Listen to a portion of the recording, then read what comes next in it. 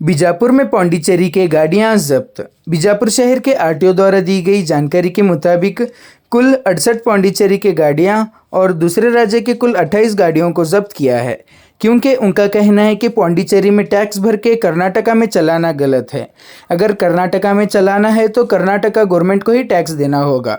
अक्सर देखा जाता है कि गाड़ियों को सस्ते दाम में खरीदना और टैक्स कम भरना पड़े, इसलिए आजकल के लोग लाखों रुपए बचाने के लिए पौंडीचेरी से गाड़ियां खरीद के कर्नाटका हो या दूसरे राज्य में चलाते हैं।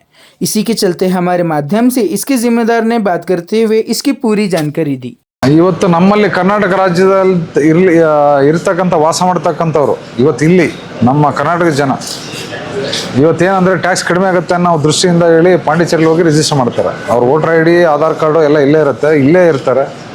ನಮ್ಮ ಕರ್ನಾಟಕ ರಾಜ್ಯದ ರಸ್ತೆನ ಇಲ್ಲಿ ಯೂಸ್ ಮಾಡ್ತಾರೆ, ಇಲ್ಲೇ ನಮ್ಮ ಕರ್ನಾಟಕದವರಾಗಿ ಅದು ಅಲ್ಲಿ ರಿಜಿಸ್ಟ್ರೇಷನ್ ಮಾಡಿಸೋದು ದೊಡ್ಡ ತಪ್ಪದು. ಯಾಕಂದರೆ ನಮ್ಮ ರಾಜ್ಯದ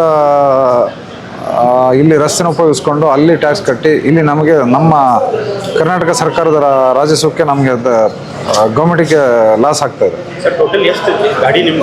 ಗಾಡಿ ಟೋಟಲ್ ಈಗ 68 ಗಾಡಿಗಳನ್ನ ನಾವು ಸೀಸ್ ಮಾಡಿ, ಪಾಂಡಿಚೇರಿ ವೆಹಿಕಲ್ಗಳೇ 68 ಗಾಡಿಗಳಾಗಿದೆ. ಇನ್ನು ಉಳಿದಿದ್ದ ಬೇರೆ ಅದರ್ ಸ್ಟೇಟ್ ಗಾಡಿಗಳನ್ನ ಒಂದು 28 ಗಾಡಿಗಳನ್ನ ನಾವು ಸೀಸ್ ಮಾಡಿದ್ದೀವಿ. ಅದೇನು ನಮ್ಮ ಕರ್ನಾಟಕ ರಾಜ್ಯಕ್ಕೆ ಇವತ್ತೇನು ಲಾಸ್ ಆಗ್ತಾಯಿದೆ ಆ ಟ್ಯಾಕ್ಸನ್ನು ಇವತ್ತು ಅವರಿಂದ ನಾವು ತುಂಬಿಸ್ತಾ ಇದ್ದೀವಿ.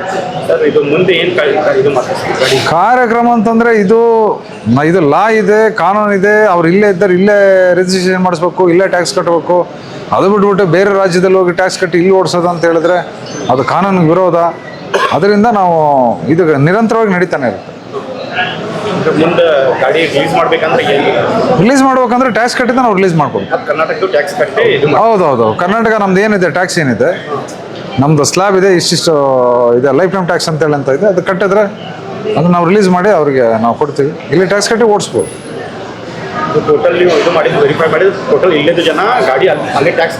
ಹೌದು, ಬರೀ ನಾಟ್ ಓನ್ಲಿ ಬಿಜಾಪುರ, ಕರ್ನಾಟಕದಾದ್ಯಂತ ಅಲ್ಲಿ ಏನಂತ ಹೇಳಿದ್ರೆ ಟ್ಯಾಕ್ಸ್ ಕಡಿಮೆ ಅಂತೇಳಿ ಅಲ್ಲಿಗೆ ಹೋಗ್ತಾ ಇದ್ದಾರೆ. ದಯವಿಟ್ಟು ಅದನ್ನು ನಾನು ಸಾರ್ವಜನಿಕರಿಗೆ ನಾನು ಮನವಿ ಮಾಡ್ತೀನಿ. ದಯವಿಟ್ಟು ಯಾರು ಕೂಡ ಇಲ್ಲಿ ವಾಸ ಮಾಡೋಂಥ ನಮ್ಮ ಕರ್ನಾಟಕದ ಜನ ದಯವಿಟ್ಟು ಹೋಗಿ ಬೇರೆ ರಾಜ್ಯದಲ್ಲಿ ಹೋಗಿ ಯಾವುದೇ ಕಾರಣಕ್ಕೂ ನೋಂದಣಿ ಅಲ್ಲಿ ಟ್ಯಾಕ್ಸ್ ಕಟ್ಬೇಡಿ, ನೋಂದಣಿ ಮಾಡ್ಕೋಬೇಡಿ ಅಂತ ನಾನು ಹೇಳ್ತಾ ಇದ್ದೀನಿ. ಸರ್, ಎಷ್ಟು ಡಿಫ್ರೆನ್ಸ್ ಆಗ್ತದೆ ಸರ್ ಇಲ್ಲಿದು ಕರ್ನಾಟಕ ಅಲ್ಲಿದು? ಈಗ ಪಾಂಡಿಚೇರಿ ಅಂತಂದರೆ ಈಗ ಟ್ಯಾಕ್ಸ್ ಅಂತಂದರೆ ಸ್ಟೇಟ್ ಟು ಸ್ಟೇಟ್ ಡಿಫರ್ ಆಗುತ್ತೆ. ನಮ್ಮ ಕರ್ನಾಟಕ ರಾಜ್ಯದ ತೆರಿಗೆ ಬೇರೆ, ಆಂಧ್ರ ಅದು ಮೋಟರ್ ವೆಹಿಕಲ್ ಟ್ಯಾಕ್ಸ್ ತೆರಿಗೆ ಬೇರೆ, ಅಲ್ಲಿ ಬೇರೆ ಬೇರೆ ಸ್ಟೇಟಿಗೆ ಬೇರೆ ಬೇರೆ ಇರುತ್ತೆ. ಅದು ಸ್ಪೆಷಲಿ ಪಾಂಡಿಚೇರಿ ಅಂದರೆ ಸ್ವಲ್ಪ ಕಡಿಮೆ. ಪಾಂಡಿಚೇರಿ ಅಂತಂದರೆ ಒಂದು 40% ಅಂದರೆ ಒಂದು 10 ಲಕ್ಷಕ್ಕೆ ಒಂದು 4 ಲಕ್ಷ ಅಲ್ಲಿ ಉಳಿಬೋದು, ಅಥವಾ 5 ಲಕ್ಷ ಉಳಿಬೋದು. ಅದರಿಂದ ಆಸೆ ಪಟ್ಬಿಟ್ಟು ಅಲ್ಲಿ ಹೋಗಿ ಮಾಡಿಸಿ, ಈಗ ನೋಡಿ, ಈಗ ಸೀಸ್ ಮಾಡಿ ಇಲ್ಲೂ ಕಟ್ಟಬೇಕು, ಅಲ್ಲೂ ಕಟ್ಟಬೇಕು. ಹೌದು, ಈಗ ಸ್ಲೈಟ್ ಡಿಫ್ರೆನ್ಸ್ ಅಂದರೆ ಆಂಧ್ರ ಆಗಲಿ, ತಮಿಳ್ನಾಡು ಆಗಲಿ, ಮಹಾರಾಷ್ಟ್ರ ಆಗಲಿ ಸ್ವಲ್ಪ ವ್ಯತ್ಯಾಸ ಇದೆ. ಬಿಟ್ಟರೆ ಅದನ್ನು ಕೂಡ ಅಲ್ಲಿ ಕಡಿಮೆ ಅಂತೇಳಿ ಅಲ್ಲಿಗೆ ಹೋಗಿ ರಿಜಿಸ್ಟರ್ ಮಾಡಿಸಿ ಇಲ್ಲೇ ಇರ್ತಾರೆ. ಇಲ್ಲೇ ವೋಟರ್ ಐ ಡಿ ಇರುತ್ತೆ, ಇಲ್ಲೇ ಆಧಾರ್ ಕಾರ್ಡ್ ಇರುತ್ತೆ, ಎಲ್ಲ ಇರುತ್ತೆ. ಬಟ್ ಇಲ್ಲೇ ಗಾಡಿ ಇಟ್ಟಿರ್ತಾರೆ. ಕರ್ನಾಟಕ ಜನಕ್ಕೆ ಏನು ಸಂದೇಶ ಕೊಡ್ತೀವಿ? ದಯವಿಟ್ಟು ಕರ್ನಾಟಕ ಜನ ಸಂದೇಶಕ್ಕೆ ದಯವಿಟ್ಟು ಇದನ್ನು ಯಾವುದೇ ಕಾರಣಕ್ಕೂ ನಮ್ಮ ಕರ್ನಾಟಕ ಜನ ಅಂತ ನಮ್ಮ ಕರ್ನಾಟಕದಲ್ಲಿ ಎಲ್ಲಿ ಬೇಕಾದರೂ ರಿಜಿಸ್ಟರ್ ಮಾಡಿಸಿ. ಇಲ್ಲಿ ನಮ್ಮ ಆರ್ ಟಿ ಒ ಆಫೀಸ್ಗಳಲ್ಲಿ ರಿಜಿಸ್ಟ್ರೇಷನ್ ಆಗುತ್ತೆ. ಇಲ್ಲಿ ಟ್ಯಾಕ್ಸ್ ಇಲ್ಲೇ ನಮ್ಮ ಕರ್ನಾಟಕ ರಾಜ್ಯದ ಬೊಕ್ಕಸಕ್ಕೆ ಇಲ್ಲೇ ತೆರಿಗೆ ತುಂಬಿ ಅಂತೇಳಿ ನಾನು ಮನವಿ ಮಾಡ್ತೀನಿ. ಸರ್, ಈ ಆರ್ ಟಿ ಆಫೀಸ್ ಒಳಗೆ ಸರ್ಕಾರಿ ವರ್ಕರ್ ಬಿಟ್ಟು ಬೇರೆ ಏಜೆಂಟ್ಗಳನ್ನು ಕೆಲಸ ಮಾಡಿ, ಈಗ ಅದಕ್ಕೋಸ್ಕರನೇ ನೋಡಿ ಸ್ವಾಮಿ, ನಾವು ಅಲ್ಲಿ ಏಜೆಂಟ್ ಯಾರು ಬರೆದಿದ್ದಂಗೆ ಇಲ್ಲ ಆ ರೀತಿ ಇದ್ರೂ ಕೂಡ ನಾನು ಡೈರೆಕ್ಷನ್ ಈಗ ಪ್ರತಿ ತಿಂಗಳು, ಆಮೇಲೆ ಪ್ರತಿ ನಾನು 3 ತಿಂಗಳು ಮೀಟಿಂಗ್ ತೊಗೊಂಡಾಗಲೂ, ನಾನು ಆಫೀಸ್ ಇನ್ಸ್ಪೆಕ್ಷನ್ ಮಾಡಿದಾಗಲೂ ನಾನು ಆರ್ ಟಿ ಒಗೆ ಹೇಳ್ತೀನಿ, is head of the office, ಅವ್ರಿಗೆ ಹೇಳಿದ್ದೀನಿ.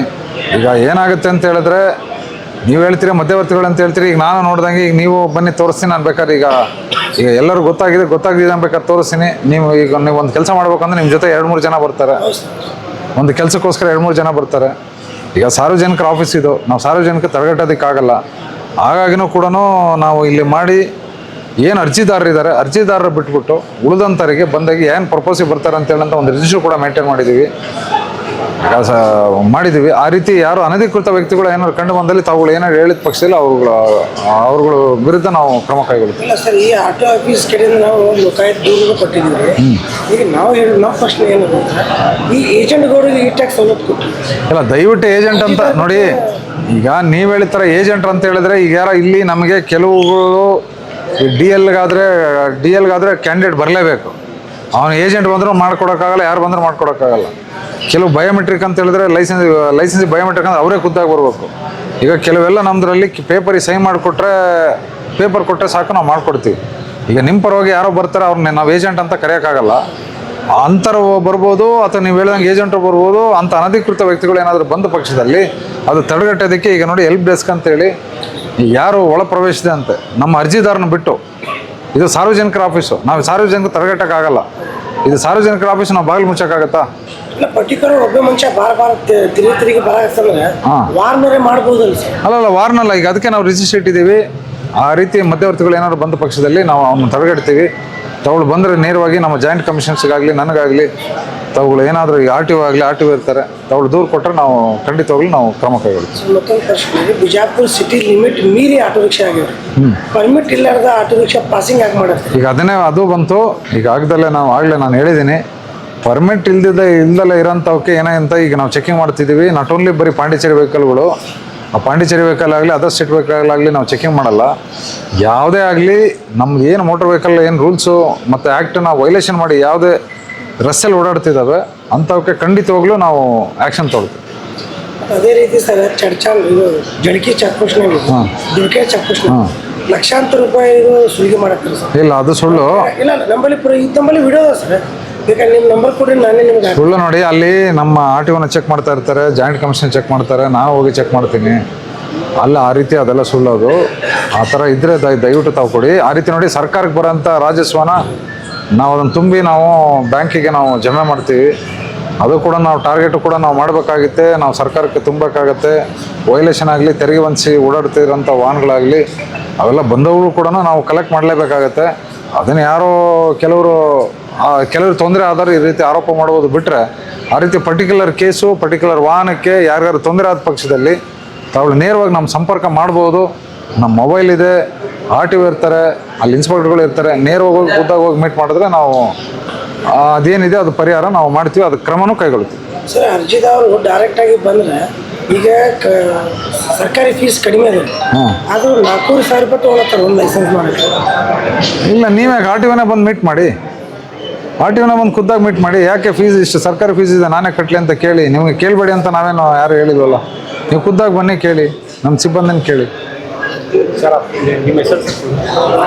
ನನ್ನ ಹೆಸರು ಆಲಸ್ವಾಮಿ ಅಂತ ಹೇಳಪ್ಪ, ಅಡಿಷನಲ್ ಕಮಿಷನರ್.